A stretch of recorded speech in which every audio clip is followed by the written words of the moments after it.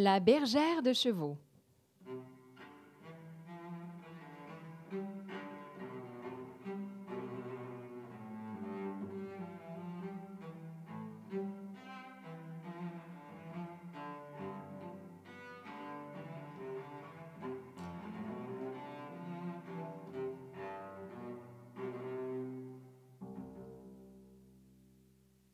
Toutes les belles histoires commencent par « Il était une fois ».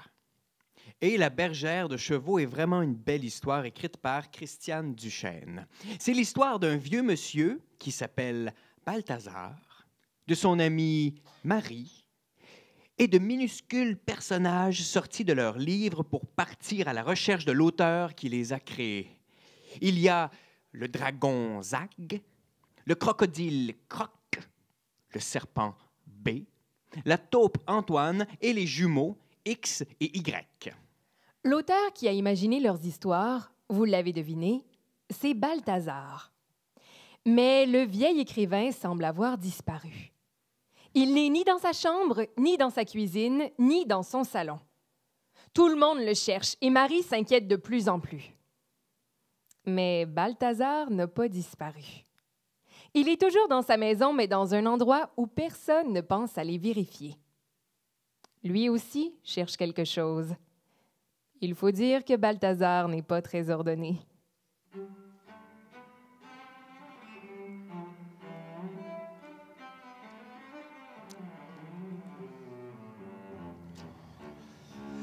Il faut que je retrouve cette histoire. Il le faut, c'est nécessaire. Sinon, à quoi aurait-il servi que j'écrive toutes les autres? Se demande Balthazar en arpentant son grenier. Ah, Depuis des jours, il cherche désespérément des lettres écrites à Marie, depuis des années. Depuis presque 12 heures, il remue un désordre absolu. Des boîtes empilées les unes sur les autres, des tablettes sur lesquelles s'alignent d'innombrables dossiers, verts, jaunes, rouges et bleus. Des histoires, toutes sortes d'histoires s'accumulent depuis presque 50 ans dans les dossiers de Balthazar. Des histoires d'animaux surtout. La première, les crocs du croco-croc, une étrange histoire de crocodile heureux qui adorait le chocolat sans jamais oser le dire. La dernière, le mystère du dragon. Plus loin, dans des chemises toutes usées, les vilains garçons. Il ouvre la chemise intitulée « Un jour, Béatrice », juste à côté d'une autre, « Mon cher Antoine ». Ce sont de loin ses préférés. Mais il cherche un titre bien précis. La bergère de chevaux. Il sait qu'il a un jour écrit sagement le titre à l'encre noire, qu'il a rassemblé dans un même dossier toutes les lettres qui en constituent l'histoire. Des lettres qu'il n'avait jamais mises à la poste, qu'il n'avait jamais osé envoyer. un jour, il y a longtemps, Marie lui avait dit « Quand j'étais petite, je détestais les bergères. Elles avaient toujours des moutons blancs et propres. Elles avaient les cheveux blonds comme des anges tombés du ciel. Elles perdaient un mouton que le loup dévorait et elles pleuraient jusqu'à ce qu'un beau jeune homme leur rapporte un mouton sain et sauf. Je n'aime pas les bergères. Si j'avais dû être bergère, j'aurais été bergère de chevaux. » Plus tard, tout à fait par hasard, Balthazar avait découvert dans un livre la photo d'une petite fille à cheval. Il avait alors inventé, pour Marie, la bergère de chevaux. La bergère partait un matin, très fière, du fond d'un grand désert de l'ouest de la Chine. Elle allait vendre des chevaux pour son père. Mais elle ne vendrait pas ces chevaux-là. Ceux-là, elle allait les sauver, les mener au bord de la mer, très loin par-delà les montagnes, passer les limites du désert, car elle savait que de l'autre côté des montagnes, il y avait la mer, qu'elle n'avait jamais vue. Les chevaux auraient flairé l'eau du sabot juste pour voir ce que c'était que cette chose insoupçonnée. Et ils auraient tous galopé dans les vagues qui venaient se coucher doucement sur le sable. Elle aurait monté le plus petit pour qu'il ait moins peur. Mais elle aurait rêvé d'avoir derrière elle le plus extraordinaire cavalier pour la tenir très fort contre lui, comme la plus grande caresse du monde.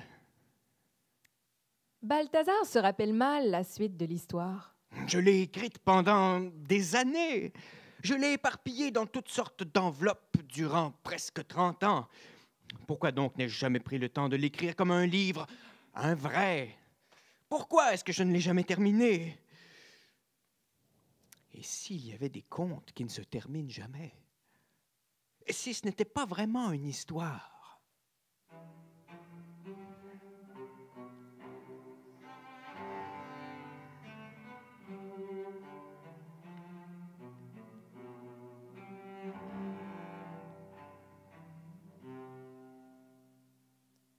Pendant ce temps en bas, Marie s'est endormie dans le salon. Plus tôt ce matin-là, elle a quitté sa maison pour venir voir Balthazar, mais ne l'a trouvé nulle part.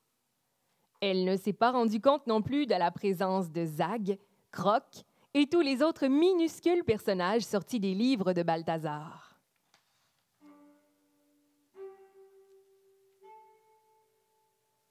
Trois coups, 3 notes. Marie ouvre lentement les yeux. Le silence plane toujours dans la maison, mais dehors, le vent gémit de plus en plus fort. 3 heures? Oh! Et le feu va bientôt s'éteindre. Sur la petite table de marbre, juste à côté de la lampe, elle aperçoit un dossier bleu aussi, sur lequel Balthazar a écrit de sa grande écriture souple, à l'encre noire, « Marie ». Elle défait en tremblant le cordon noir qui ferme le grand dossier bleu. Oh, des feuillets s'évadent, des papiers tombent, des cartes postales, des photos, tout le contenu de la chemise s'éparpille. Les lettres de Marie, des photos de Marie, tout ce qu'elle a écrit à Balthazar depuis qu'elle le connaît. Mais au moment où elle s'apprête à lire les papiers qu'elle ramasse doucement, la lampe bleue s'éteint. C'est la panne. Marie prend la lampe à pétrole à côté du piano et va à la cuisine chercher des allumettes. « Silence! Elle arrive! » chuchote le dragon Zag. Marie se hisse sur la pointe des pieds pour attraper la boîte d'allumettes. Serrés les uns contre les autres sous la table de la cuisine, les petits se lancent des regards inquiets. Aucun d'eux n'ose bouger ni parler. Si Marie les découvrait, elle mourrait de peur, c'est sûr. Pourtant, ils voudraient tous la rassurer, lui dire qu'elle n'est pas seule et qu'ils sont prêts à l'aider à retrouver Balthazar. « Je rentre chez moi. J'ai trop peur.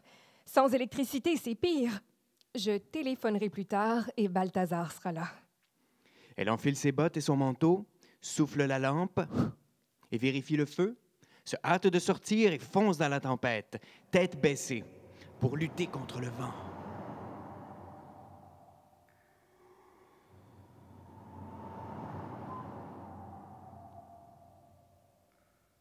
La taupe Antoine dit « Il faut immédiatement commencer les recherches. Nous allons tout de suite nous mettre à la recherche de Balthazar. La maison est immense et nous sommes très petits. Je suis convaincu que Balthazar est ici, en quelque part. »« Mais vous n'avez pas peur du noir, la taupe? » »« Non, cher dragon, je n'ai pas peur. »« Nous non plus, » dirent les jumeaux. »« Au travail! Rendez-vous ici dès que vous entendrez l'horloge du salon sonner 12 coups. » Chacun part de son côté explorer l'inconnu de la grande maison. Dans son vaste grenier, Balthazar s'éveille. Ah, quelle heure est-il? J'aurais dû laisser un mot à Marie. Mais est-ce qu'on avertit quelqu'un quand on veut lui faire une surprise ou lui offrir le plus beau cadeau du monde? Pardon, monsieur, je voudrais savoir ce que je fais ici. Qui est là? Je ne vois pas pourquoi mon nom vous dirait quelque chose. Je crois que je suis perdue. Je n'ai jamais vu d'endroit comme celui-ci. Oh, seriez-vous un géant? Où êtes-vous? Je suis ici, sur le cheval. Non, à gauche. Ici. Oh, non. Oh, c'est pas possible. C'est toi, ma bergère? Balthazar la découvre, montée sur un cheval, sur une boîte bleue cachée derrière d'autres boîtes, sur un coffre au cœur du désordre. Elle est là, sa bergère de chevaux, celle de la photo, celle de l'histoire.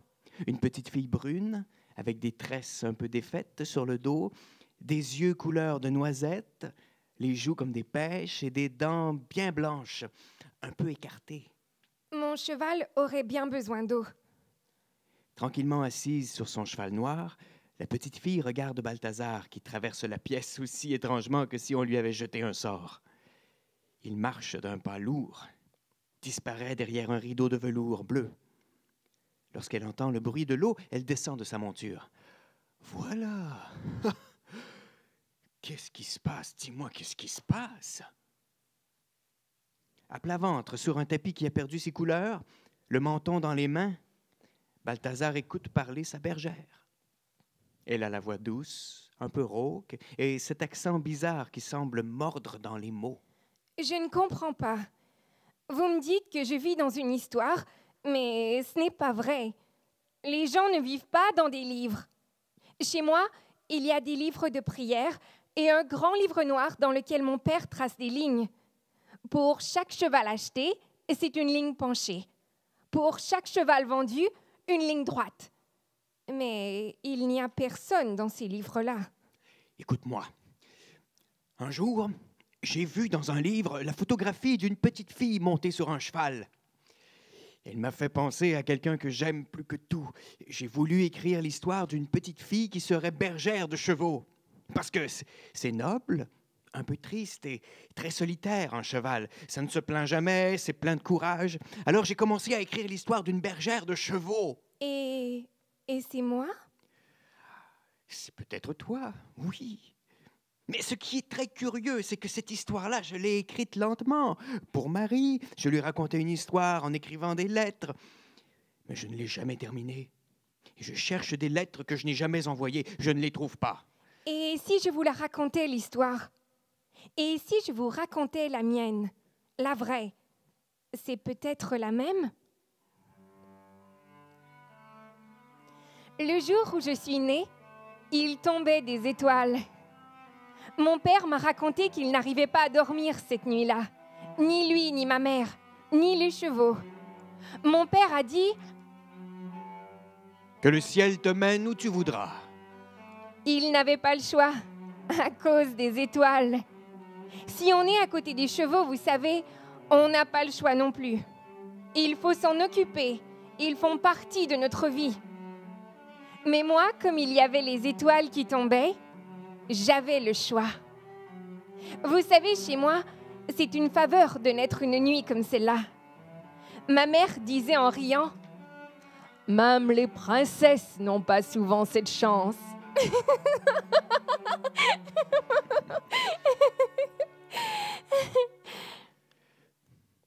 Dis-moi, avant de continuer, comment t'appelles-tu? Lila.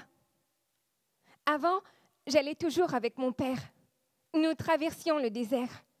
Nous allions vendre les chevaux. Et un jour, j'ai décidé que jamais plus je n'irais les vendre. Parce que ce jour-là, mon père a vendu la mère de mon cheval. Elle était trop vieille, disait-il. Et le jour où mon père a voulu repartir vendre ses bêtes, j'ai dit que cette fois, j'irai, moi, toute seule. Ma mère venait d'accoucher encore une fois. Mon père ne voulait pas la laisser.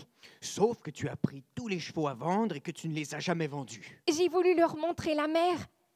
Depuis le temps que j'écoutais parler ceux qui venaient de l'autre côté des montagnes, ils disaient qu'ils partaient sur l'eau, dans des bateaux, et qu'ils découvraient des îles.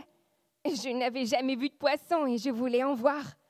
Je voulais voir la mer parce qu'on dit qu'elle ne finit jamais. J'aime les choses qui n'ont pas de fin. Moi aussi. Alors, j'ai traversé les montagnes, dans la neige. Et tu as trouvé la mer. La bergère a cessé de parler. Tout à coup, le cheval se met à gratter le tapis du sabot. Ma, calme-toi. C'est son nom? En fait, il n'a jamais eu de nom. Ma, c'est cheval en chinois. Au fait, je ne sais même pas votre nom. Je m'appelle Balthazar. Monsieur Balthazar, j'ai un peu peur parce qu'on dirait que vous connaissez ma vie. Je ne vous ai jamais vu. Vous êtes Un espèce de géant dans une maison géante. Je ne comprends pas. Je ne sais pas, moi non plus. Ton histoire ressemble trop à celle que j'ai écrite. Une autre chose étrange, c'est que dans mon histoire, tu n'avais pas de nom, mais tu en as bien un. C'était à mes parents de me donner un nom, pas à vous. Mais si c'est moi qui t'ai inventé, Ce sont mes parents qui m'ont faite. et si j'avais inventé tes parents aussi? Oh, je ne comprends plus rien et je suis fatiguée. Dors, repose-toi. Nous parlerons plus tard. Je vais continuer à chercher. Nous allons finir par y voir clair.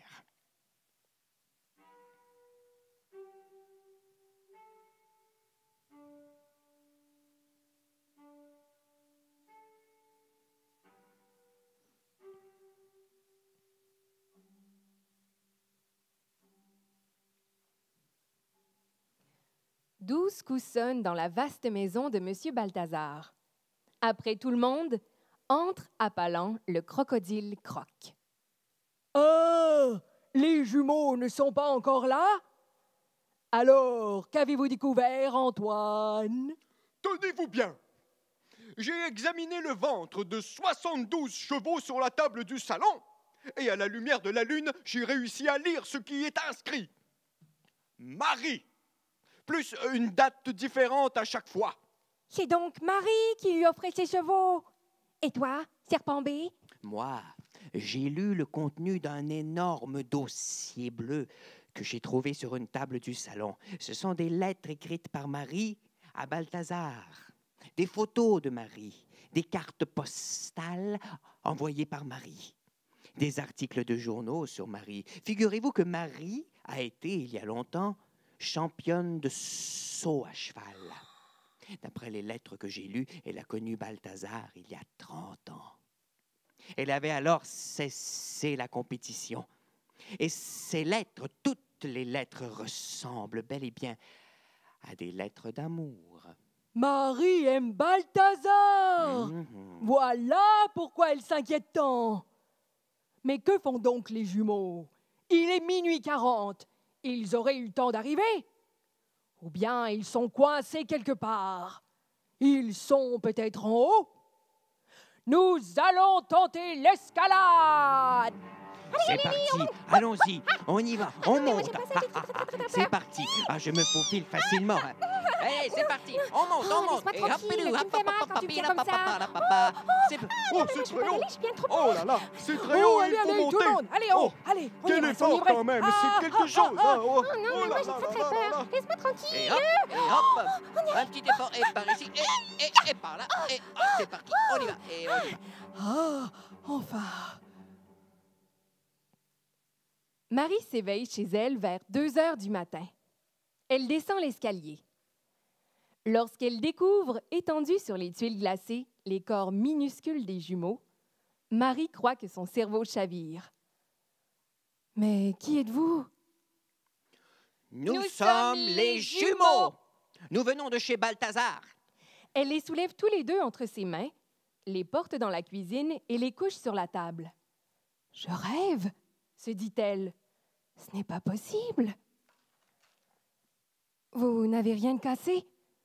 Alors, racontez-moi. » Nous sommes arrivés dans la maison de Balthazar avec un dragon, un serpent. Une taupe et un crocodile. Avant, nous vivions tranquillement dans un livre. Vous êtes les jumeaux de Balthazar, ceux qui passent leur vie à faire des mauvais coups. Oh, les vilains garçons. Elle galope à l'étage, se rue vers la bibliothèque et sort les vilains garçons.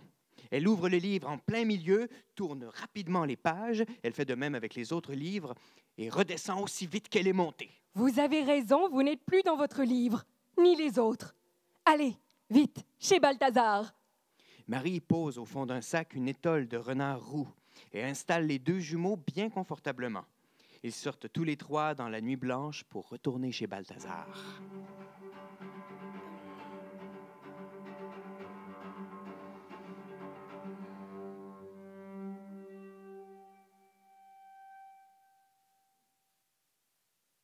Dans le grenier, chez Balthazar, la bergère s'éveille.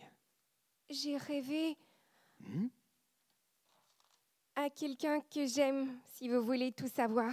Oh, Et vous avez trouvé quelque chose? non, rien du tout. Si nous avions les lettres, nous pourrions vérifier si ce que j'ai écrit raconte exactement ta vie. Je vais vous dire un nom, monsieur, et nous verrons si cela vous rappelle quelque chose. Sinan Nani. Ce nom ne me dit rien du tout. Alors, c'est vrai? Ma vie, c'est ma vie parce que vous ne connaissez pas Sinan Nani. Qui est donc Sinan Nani? Je vais vous raconter.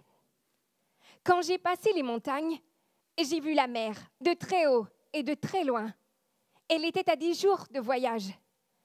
Nous avions fait à peu près la moitié du chemin quand Ma s'est blessée. Pas gravement, mais assez pour que je cesse le monter. Un soir, je soignais sa blessure. Alors, j'entends des pas. On entend venir les gens de très loin quand on a l'oreille collée au sol. Les chevaux s'énervaient et moi, j'avais très très peur. J'ai enfin vu venir un cheval. Sur le cheval, il y avait Sinan Nani. J'ai pensé que c'était un voleur de chevaux. Il est apparu dans la lumière du feu avec un sourire. Et il a demandé ce que je faisais là, toute seule, avec 12 chevaux. Je lui ai dit que je voulais les mener à la mer. Il a dit... C'est là que je vais. Alors, il a présenté son cheval au mien en riant. Il m'a dit son nom. Il a déroulé la couverture et il s'est étendu de l'autre côté du feu. Le lendemain, nous sommes partis ensemble. C'est de lui que tu as rêvé. Et tu l'aimes. Tu vois, si je me rappelle bien, la bergère de chevaux de mon histoire rêvait aussi d'un cavalier qui la tiendrait dans ses bras. Elle en rêvait seulement. Vous voyez bien que je ne suis pas celle de votre histoire, puisque moi, j'ai rencontré Sinan Nani. Monsieur Balthazar, vous ne l'avez jamais terminé, votre histoire de bergère. Justement, et si je l'avais terminé, j'aurais peut-être écrit la rencontre avec Sinan Nani. Vous tenez vraiment à tout décider? Vous ne pouvez pas laisser les gens vivre comme ils veulent. Que répondre à la bergère? Il la terminait une fois pour toutes, cette histoire. La bergère pourrait s'en retourner peut-être, retrouver Sinan Nani, rentrer chez ses parents, n'importe quoi pourvu qu'elle soit heureuse. Si les choses se passent comme ça, ce n'est pas parce que je l'ai décidé. Peut-être qu'il vous suffit de penser pour que les choses se passent. Peut-être qu'il suffit qu'il y ait une idée cachée dans votre tête. Vous avez tellement pensé à votre bergère que je suis apparue. Il y a une solution. Vous allez terminer l'histoire avec Sinan Nani dedans. Vous allez écrire l'histoire comme je veux, moi. Et nous verrons bien ce qui arrivera. Balthazar sort le papier et tire sa plume noire de la poche de sa veste. Vas-y, raconte. Alors, je suis au bord de la mer avec tous les chevaux et Sinan Nani me demande si je vais rentrer chez moi un jour. Attends, tu vas trop vite. Donne-moi le temps d'écrire. Balthazar écrit. La bergère garde les yeux fermés. Elle voit la mer s'étaler devant elle. Balthazar sourit. Jamais il n'a éprouvé autant de plaisir à écrire une histoire. En haut de l'escalier, le grand crocodile vient d'entendre des voix qui viennent du salon. Marie, revenue chez Balthazar avec les jumeaux, saisit la lampe à pétrole et monte l'escalier le plus silencieusement possible. Lorsqu'elle voit 2 yeux jaunes la fixer en haut des marches, elle ne s'étonne pas. « N'aie pas peur, je suis Marie, l'amie de Balthazar. Il se passe des choses très étranges dans la maison. Allez, va vite chercher les autres. Je veux parler de tout ça avec vous. » Pendant que le grand Croc essaie tant bien que mal de réunir son monde, Marie entre dans la chambre de Balthazar et dépose sur le lit la lettre qu'elle a écrite plus tôt dans la soirée. Lorsque Marie revient en haut de l'escalier, ils sont tous rassemblés. Allons rejoindre les jumeaux au salon. Vous les avez retrouvés? Ils étaient chez moi. Chez vous? Venez là sur ma jupe. Allez, n'ayez pas peur. Je vais retenir les bords et ce sera comme un grand sac. D'une main, elle tortille sa jupe qui a bientôt l'air d'un baluchon rempli d'une étrange faune. De l'autre, elle reprend la lampe à pétrole et descend prudemment l'escalier. Elle dépose le contenu de sa jupe dans le fauteuil. Il saute de joie, heureux de retrouver les jumeaux. Dans le grenier, la bergère et Balthazar sont fatigués. Il est 6 heures du matin et ils ont faim. Balthazar ouvre la lourde trappe qui ferme l'escalier du grenier et revient chercher un chandelier. Il descend les premières marches, la bergère sur une épaule, le cheval sur l'autre. J'ai entendu des voix. Il y a des gens en bas. Balthazar descend le plus silencieusement possible. À mesure qu'il se rapproche du palier, il croit lui aussi entendre des voix. Il descend encore quelques marches, puis le silence revient.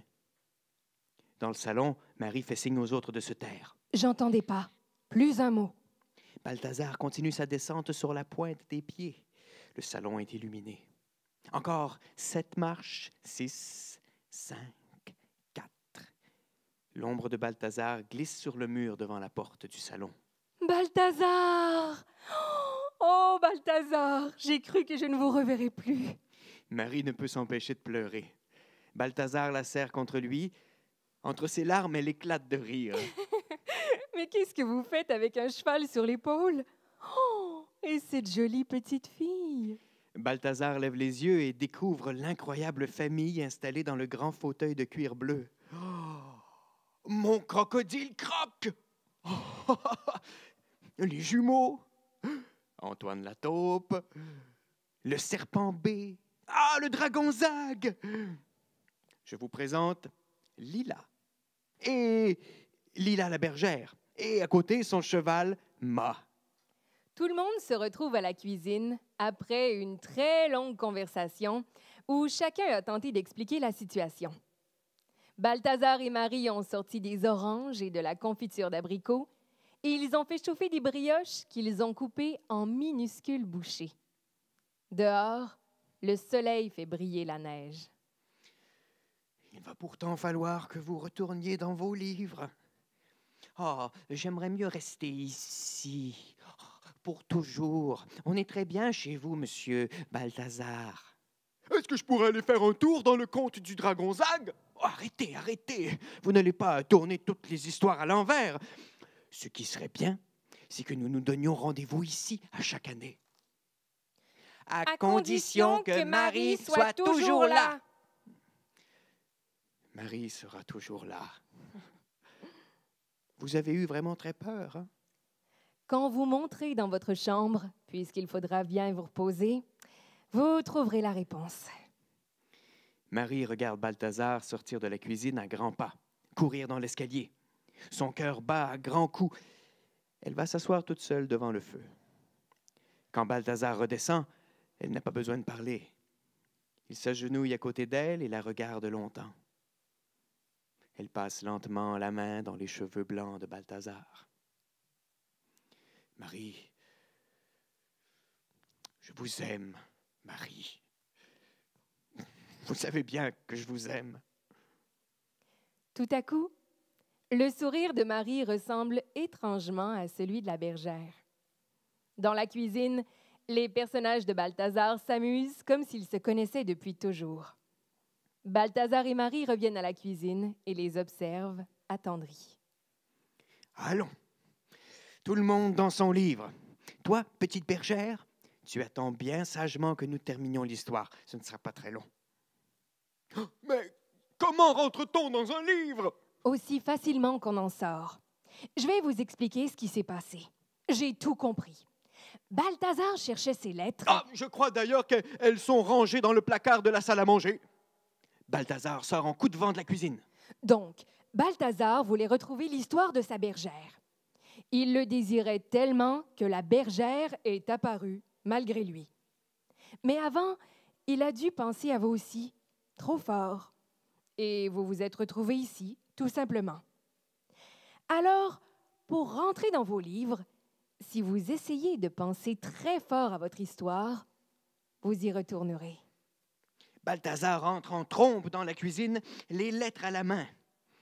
Antoine la taupe et le crocodile Croc tapotent les pieds de la bergère. Le serpent B s'enroulent autour de la taupe Antoine, les jumeaux flattent la tête du dragon Zag. Ils s'embrassent tous, se font les adieux les plus tendres et les plus gentils. Ce sont les jumeaux qui disparaissent les premiers, puis la taupe Antoine, le serpent B, puis le dragon Zag. Le crocodile Croc a tout juste le temps de faire un clin d'œil à Marie et à Balthazar avant de disparaître à son tour. 2 heures plus tard, Balthazar met le point final à l'histoire de la bergère.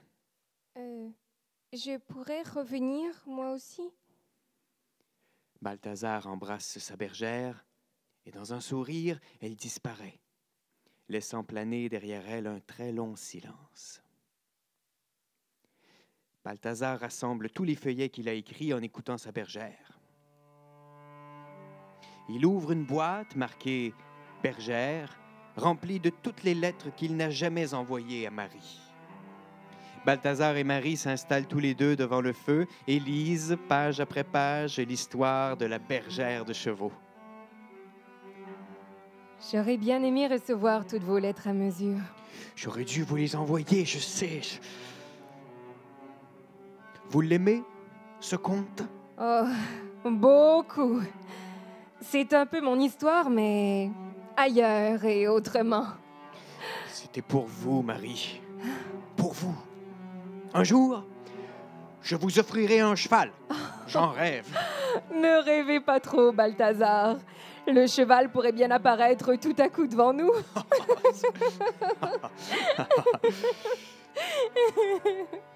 Je rêverai à autre chose. Dit-il en souhaitant très fort que Marie reste avec lui pour toujours. Et c'est ce qui arriva, car Balthazar savait bien faire les choses.